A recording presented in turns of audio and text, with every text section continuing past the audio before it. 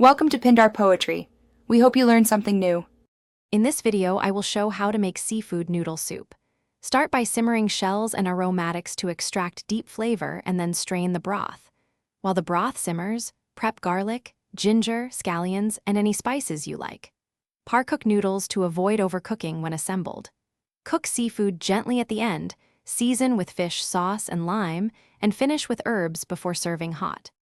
I walk you through picking the right seafood, noodles, and aromatics to balance taste and texture. Choose fresh or thawed seafood and keep it cold until cooking. Use noodles that match your broth style and par-cook to finish in the hot liquid. Measure salt and acid carefully, and have garnishes ready like cilantro, basil, and lime. I also suggest simple swaps for budget or time constraints. Quick recommendation: the Echo Dot smart speaker is great for the kitchen because it plays timers, recipes, and music hands-free.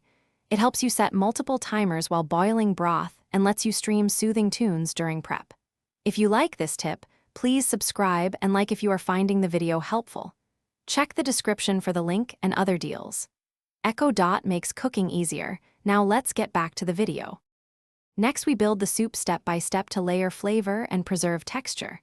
Start by sweating garlic and ginger, then add shells or bones and cover with water to simmer slowly.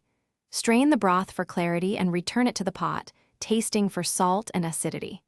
Add noodles to warm through, then add seafood just until cooked. Finish with fresh herbs, chili, and a lime squeeze for brightness. Thanks for watching.